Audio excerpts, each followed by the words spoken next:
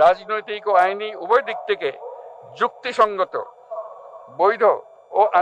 আন্তর্জাতিকভাবে স্বীকৃত, এবং যেহেতু জনগণের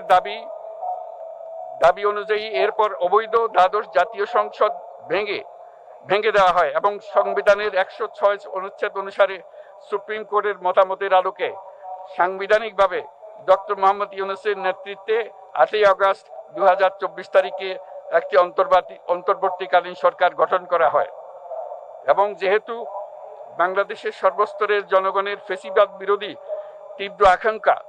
এবং ছাত্র জনতার অভ্যুত্থানের মধ্য দিয়ে ফ্যাসিবাদ, বৈষম্য, দুর্নীতিমুক্ত সমাজ ও রাষ্ট্র বিনির্মাণের অভিপ্রায় প্রকাশিত হয়, সেই হেতু বাংলাদেশের জনগণ সুশাসন ও সুষ্ঠু নির্বাচন, ফ্যাসিবাদী শাসনের পুনরাবৃত্তি রোধ, আইনের শাসন, অর্থনৈতিক ও সামাজিক ন্যায় বিচার নিশ্চিত করার লক্ষ্যে নিয়মতান্ত্রিক উপায়ে বিদ্যমান সংবিধান ও সকল রাষ্ট্রীয় সাংবিধানিক প্রতিষ্ঠানের